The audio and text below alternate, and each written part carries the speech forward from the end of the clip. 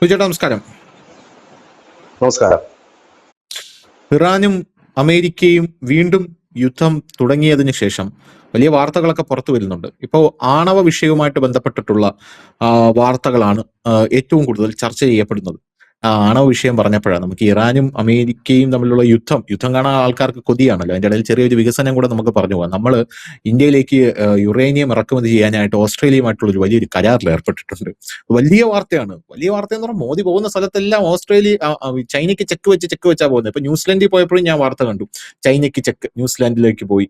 വലിയ ബൃഹത്തായിട്ടുള്ള ഒരു കരാറാണ് കേട്ടോ. യുറേനിയം ഇങ്ങോട്ടേക്ക് ഇറക്കുമതി ചെയ്യാനുള്ള നമ്മുടെ ആണവ പോർമുനകൾക്ക് കരുത്തേകാൻ ഓസ്ട്രേലിയ എന്ന് പറഞ്ഞ വാർത്തയുണ്ടായിരുന്നു. അതവിടെ നിൽക്കട്ടെ. നമ്മൾ വരുന്നത് ഇറാന്റെ യുറേനിയമായിട്ട് ബന്ധപ്പെട്ടുള്ള വാർത്തകളിലാണ്. അപ്പൊ ഈ ചർച്ചകൾ പുനരാരംഭിക്കുന്നതിന്റെ സൂചനകളൊന്നും പുറത്തു കാണില്ല എങ്കിലും ഇറാൻ തങ്ങളുടെ സൈനിക ശേഷി വർദ്ധിപ്പിക്കുന്നതിനുള്ള ഒരു പുതിയ നീക്കം രഹസ്യമായി ആരംഭിച്ചിട്ടുണ്ട് എന്നുള്ള വാർത്തകൾ പുറത്തു വരുന്നുണ്ട്. ഇറാനിലെ ഏറ്റവും സെൻസിറ്റീവ് ആണവ കേന്ദ്രങ്ങളിലും മിസൈൽ കേന്ദ്രങ്ങളിലും പെട്ടെന്ന് പ്രവർത്തനം വർദ്ധിച്ചതായി ഇറാന്റെ റിപ്പോർട്ട് ചെയ്യുന്നുണ്ട്. ഇറാന്റെ മാധ്യമങ്ങൾ റിപ്പോർട്ട് ചെയ്യുന്നുണ്ട്. പോരാത്തതിന് ഈ അമേരിക്ക അതിന്റെ ഉപഗ്രഹ ചിത്രങ്ങൾ പുറത്തെടുത്തിട്ടുണ്ട് എന്നുള്ള റിപ്പോർട്ടും പുറത്തു വരുന്നുണ്ട്. അപ്പൊ ഇത് കണ്ടുകൊണ്ടാണോ എന്ന് അറിഞ്ഞുകൂടാ ട്രംപ് ഇറാനെതിരെ ആണവായുധം പ്രയോഗിക്കാനുള്ള ഒരു അനുമതി കൊടുത്തിട്ടുണ്ട് എന്നുള്ളൊരു വാർത്ത പുറത്തു വരുന്നുണ്ട് ചേട്ടാ. 24 മണിക്കൂർ ഞാൻ അന്ത്യശാസനം നൽകുന്നു എന്ന് ട്രംപ് പറയുന്ന മറ്റൊരു വാർത്തയും ഇപ്പോൾ പുറത്തു വരുന്നുണ്ട്. ഇറാനെ ഭൂപടത്തിൽ നിന്ന് തുടച്ചു നീക്കാനുള്ള ആ ഒരു അനുമതി ഞങ്ങൾക്ക് ലഭിച്ചിട്ടുണ്ട് എന്ന് അമേരിക്കൻ സൈന്യം അവകാശപ്പെടുന്നു. ട്രംപിന്റെ കയ്യിൽ നിന്ന് അത് ഞങ്ങൾക്ക് കിട്ടിയിട്ടുണ്ട് എന്നാണ് ഈ വാർത്ത വരുന്നത്. അമേരിക്ക നിർദ്ദേശിച്ച വഴിയിലൂടെ ഒരു വാണിജ്യ കപ്പൽ കടന്നു പോകുമ്പോൾ ഇറാൻ അതിനെ ആക്രമിക്കുന്നു. ഈ ഗുരുതരമായിട്ടുള്ള സാഹചര്യത്തിൽ അമേരിക്കൻ പ്രസിഡന്റ് ട്രംപ് ഇറാന് കർശന മുന്നറിയിപ്പ് നൽകുകയും 24 മണിക്കൂർ അന്ത്യശാസനം നൽകുകയും ചെയ്തിട്ടുണ്ട്. അടുത്ത 24 മണിക്കൂറിനുള്ളിൽ ഇത് ചെയ്തില്ലെങ്കിൽ ഹോർമൂസ് കടലിടുക്ക് എല്ലാവർക്കും തുറന്നതായി ഇറാൻ ഔദ്യോഗികമായും പരസ്യമായും പ്രഖ്യാപിക്കണം എന്ന് ട്രംപ് ഇപ്പോൾ ഇറാനോട് പറയുകയാണ്. എന്തായാലും അമേരിക്കയ്ക്ക് ഒരുപാട് വ്യവസ്ഥകളുണ്ട്. അതൊന്നും ഞാനിപ്പോൾ ഇവിടെ വായിക്കുന്നില്ല.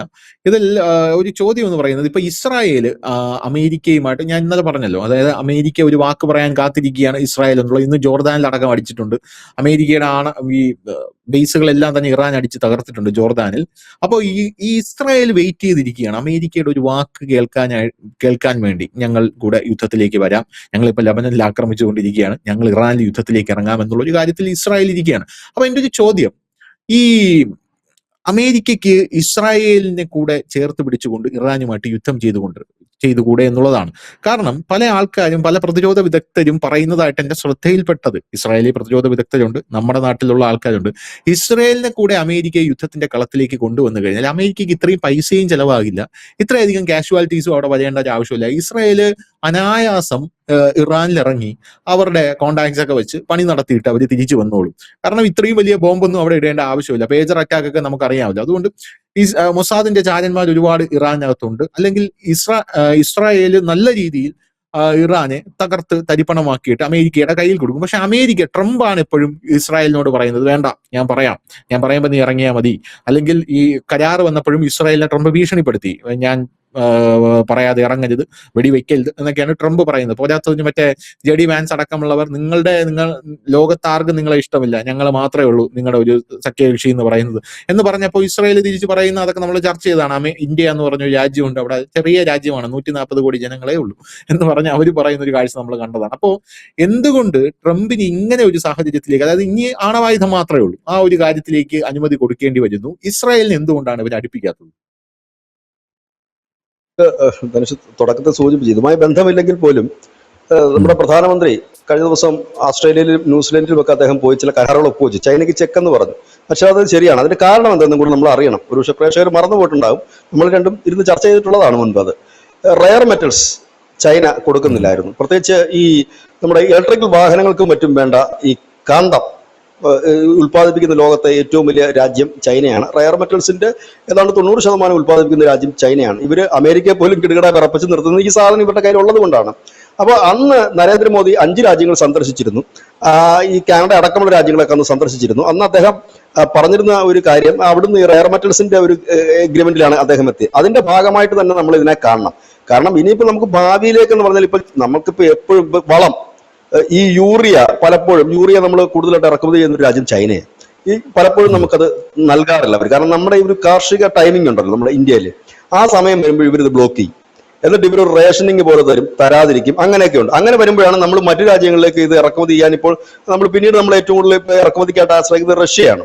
അപ്പം ആ രീതിയിലേക്കൊക്കെ പോകും. അപ്പൊ അതിന് ബദലായിട്ട് എന്തെങ്കിലും ഒരു സംവിധാനം കണ്ടെത്തിയേ പറ്റൂ. എന്നും നമ്മളിപ്പോ ഒരാൾ ഹെൽപ്പ് ചെയ്യുമെന്ന് പറഞ്ഞിരുന്നിട്ട് കാര്യമില്ല. അതിന് ബദൽ അതാണ് പ്രധാനമന്ത്രി നരേന്ദ്രമോദി പറയുന്നത്. ചിപ്പ് മുതൽ ഷിപ്പ് വരെ ഞാൻ വരേണ്ടി വന്നു നിർമ്മിക്കാൻ. ഇവിടെ ഈ സെമി കണ്ടക്ടർ ചിപ്പ് നിർമ്മിക്കണമെങ്കിൽ ഞാൻ വന്നതിന് ശേഷമാണ് 2021 തുടക്കം കുറിച്ചത്. ഇവരെന്ത് ചെയ്യുകയായിരുന്നു? 1970 തന്നെ തുടങ്ങി വെക്കാമായിരുന്നു, ചെയ്തില്ല. ഷിപ്പ്, കപ്പലുകൾ നരേന്ദ്രമോദി വന്നതിന് ശേഷമാണ് ഏറ്റവും കൂടുതൽ ഷിപ്പുകൾ നമുക്ക് നിർമ്മിക്കാൻ തുടങ്ങിയത്. അതിനു മുമ്പ് ഇവരെന്ത് ചെയ്യുകയായിരുന്നു? അതാണ് അദ്ദേഹം പറയുന്നത്. ചിപ്പ് മുതൽ ഷിപ്പ് വരെ എന്റെ കാലഘട്ടത്തിൽ ഞാൻ വന്നതിന് ശേഷം ആണ് നിർമ്മിച്ചു തുടങ്ങിയെന്ന് പറയുമ്പോഴത്തേന് ഇത് നെഹ്റു കണ്ട സ്വപ്നമാണ്, രാജീവ് ഗാന്ധി രാവിലെ മൂത്രമൊഴിക്കാൻ ഇറങ്ങിയപ്പോൾ കണ്ട സ്വപ്നമാണ് എന്ന് പറഞ്ഞിട്ട് കാര്യമില്ല. സ്വപ്നമായിട്ട് തന്നെ നിൽക്കും.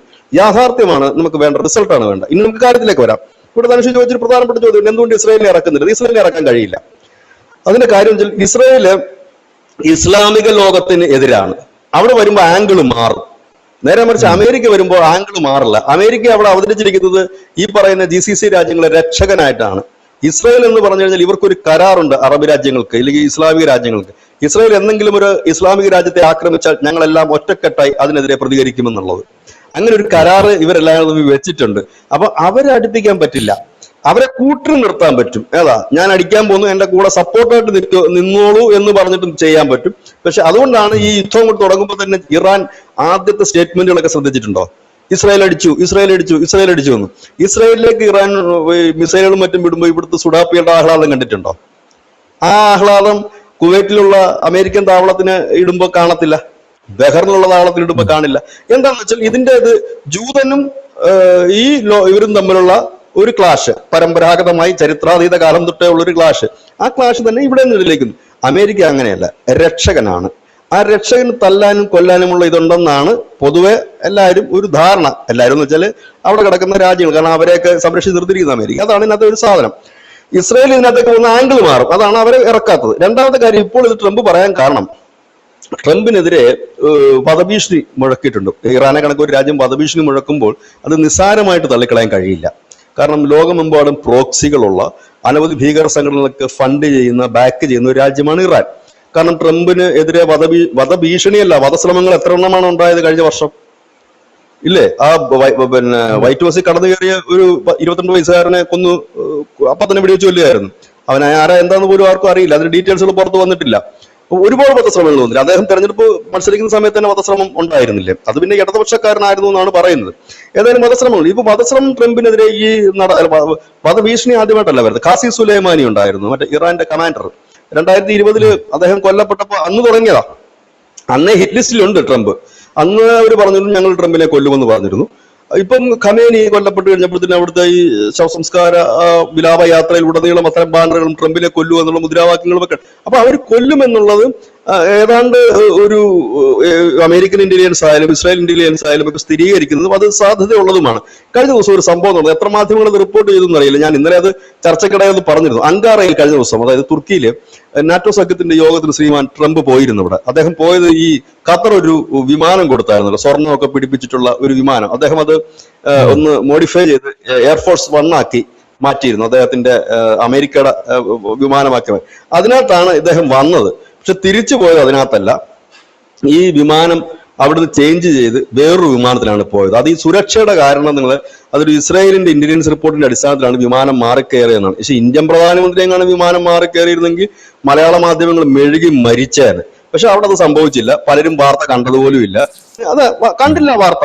വലിയ പ്രാധാന്യമുള്ള വാർത്ത. അമേരിക്കൻ പ്രസിഡന്റ് വിമാനം, അവരുടെ ഒഫീഷ്യൽ വിമാനം മാറിയിട്ട് വേറൊരു വിമാനത്തിൽ കയറി പോകുക എന്ന് പറഞ്ഞ വാർത്ത ചെറിയ വാർത്തയാണോ? അത് എന്തിനായിരുന്നു മാറി കയറിയത്?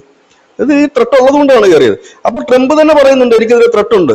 എനിക്കെന്തെങ്കിലും സംഭവിച്ചാൽ ഇറാനെ ഞാൻ ഭൂപടത്തിൽ നിന്നും തുടച്ചു നീക്കും, അതിനുള്ള പെർമിഷൻ ഞാൻ കൊടുത്തിട്ടുണ്ട്. അപൂർവങ്ങളിൽ അപൂർവമായ ഒരു ബോംബ് അതിനു വേണ്ടി സെറ്റ് ചെയ്ത് വെച്ചിട്ടുണ്ട്. അപൂർവങ്ങളിൽ അപൂർവമായ ഒരു ആക്രമണമായിരിക്കും നടക്കുക. ഈ അപൂർവങ്ങളിൽ അപൂർവമായ ബോംബെന്ന് പറഞ്ഞാൽ ഏത് ബോംബാണ്? ഒന്നുകിൽ ആറ്റം ബോംബായിരിക്കുമല്ലോ, ഇല്ലെങ്കിൽ അണുബോംബായിരിക്കുമല്ലോ. അതിന് മുകളിൽ എന്തെങ്കിലും ബോംബുകൾ കണ്ടെത്തിയിട്ടുണ്ടോ എന്നറിയില്ല. ഇനി എന്തായാലും ഇതായാലും നമ്മുടെ ചിന്തയിലുള്ള ഹൈഡ്രജൻ ബോംബ്, ഇനി അങ്ങനെയുള്ള ബോംബുകളായിരിക്കാം. പക്ഷെ അതിനെക്കുറിച്ചൊന്നും നമുക്കറിയില്ല. ആകെ അറിയാവുന്ന ഒരു ആണവ ആയുധങ്ങളെ കുറിച്ചാണ് ലോകം ഇപ്പോൾ ചർച്ച ചെയ്യുന്നത്. മറ്റ് ആരെങ്കിലും ഒരു രഹസ്യമായിട്ട് ഉണ്ടാക്കി വെച്ചിട്ടുണ്ടോ എന്ന് നമുക്കറിയില്ല. അപ്പൊ ഇതിനെക്കുറിച്ചാണ് ട്രംപ് പറഞ്ഞത്. ഞാൻ ഇപ്പോഴേ തന്നെ അതിന്റെ ഉത്തരവ് കൊടുത്തു കഴിഞ്ഞിരിക്കുന്നു. 1000 മിസൈലുകൾ നിങ്ങൾക്ക് എതിരെ ലോഡ് ചെയ്ത് കഴിഞ്ഞിരിക്കുന്നു. അതായത് എനിക്ക് എന്തെങ്കിലും പറ്റിയാൽ അതുകൊണ്ടെല്ലാം തീരുമെന്ന് നിങ്ങൾ കരുതരുത്. അതോടുകൂടി നിങ്ങൾ ഇല്ലാതായി. കാരണം നേരത്തെ തന്നെ അതിന് വേണ്ടിയിട്ടുള്ള പെർമിഷൻ കൊടുത്തു കഴിഞ്ഞിരിക്കുന്നു സൈന്യത്തിൽ നിന്നാണ്. ഇതോടുകൂടി തന്നെ ലോകത്തെമ്പാടും ഈ ആണവ യുദ്ധത്തിന്റെ ഒരു സംശയങ്ങൾ ഉടലെടുത്ത് തുടങ്ങിയിട്ടുണ്ട്. അങ്ങനെ ഒരു സാധ്യത ഉണ്ടോ എന്നുള്ളത്.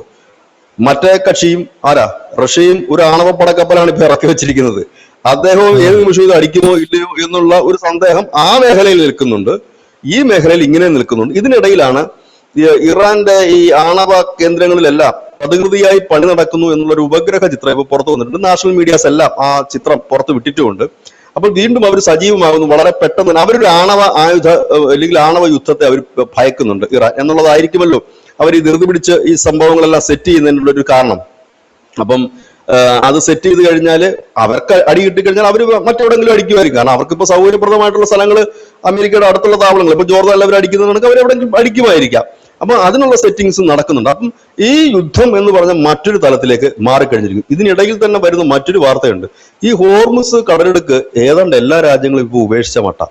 അതായത് യുദ്ധം തുടങ്ങുന്നതിന് മുമ്പ് 138 എണ്ണ ടാങ്കറുകൾ പ്രതിദിനം കടന്നു പോയിക്കൊണ്ടിരുന്ന ഹോർമുസിലൂടെ ഈ അടുത്ത കാലത്ത് ഈ യുദ്ധം ഇടയ്ക്ക് 1ാം ഘട്ട യുദ്ധം ഉണ്ടായിരുന്നല്ലോ, ഇടയ്ക്ക് അങ്ങോട്ടും ഇങ്ങോട്ടും ഒക്കെ പ്രശ്നം. ഈ വെടി നിർത്തൽ തൊട്ട് മുമ്പ് ആ സമയത്ത് 23 ഷിപ്പായിരുന്നു പോയിക്കൊണ്ടിരുന്നത്. ഇപ്പൊ 5 ഷിപ്പേ പോകുന്നുള്ളൂ. ഈ ഷിപ്പുകൾ ഏതാണെന്ന് ചോദിച്ചു കഴിഞ്ഞാൽ അവിടെ കുടുങ്ങിക്കിടക്കുന്ന കപ്പലുകളാണ് പോകുന്നത്. അതായത് പുറത്തുനിന്ന് ഒരുത്തം വന്ന് അവിടെ ഒന്നും എണ്ണ എടുത്തുകൊണ്ട് പോകുന്നില്ല.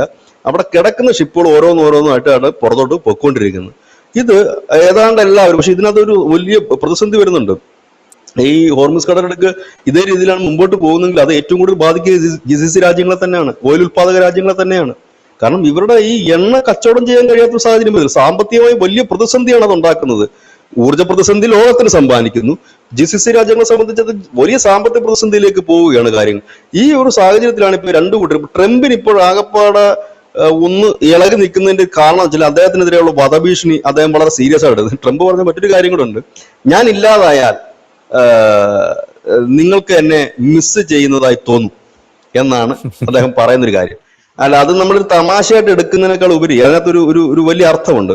അത് അദ്ദേഹം കരുതുന്നുണ്ടായിരിക്കാം, ഞാൻ പോകും, ഞാൻ എന്നെ ഒരു തീർക്കുമായിരിക്കും എന്ന് അദ്ദേഹം കരുതുന്നുണ്ടായിരിക്കും. അതാണ് അദ്ദേഹം പറയുന്നത്, ഞാൻ ഇല്ലാതായത്. കാരണം അതാണ് ആ മാധ്യമം റിപ്പോർട്ട് ചെയ്തിട്ടുള്ള മാധ്യമം അത് തന്നെയാണ് പറയുന്നത്. എന്തുകൊണ്ടാണ് ഒരു ആത്മവിശ്വാസക്കുറവുണ്ടോ ട്രംപിനെന്നാണ് അവരത് ചോദിക്കുന്നത്.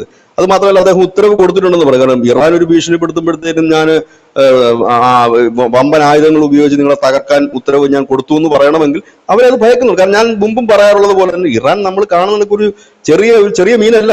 അവരെ പ്രോക്സികൾ അനവധിയാണ്. എല്ലായിടത്തും അവർക്ക് പ്രോക്സികളുണ്ട്, അവർ ബാക്ക് ചെയ്യുന്ന ഭീകര സംഘടനകളുണ്ട്, ഒരുപാട് സംവിധാനങ്ങൾ അവർക്കുണ്ട്. ആ സംവിധാനങ്ങളൊക്കെ ആയിരിക്കാം ഒരുപക്ഷെ എന്നുള്ളതാണ്.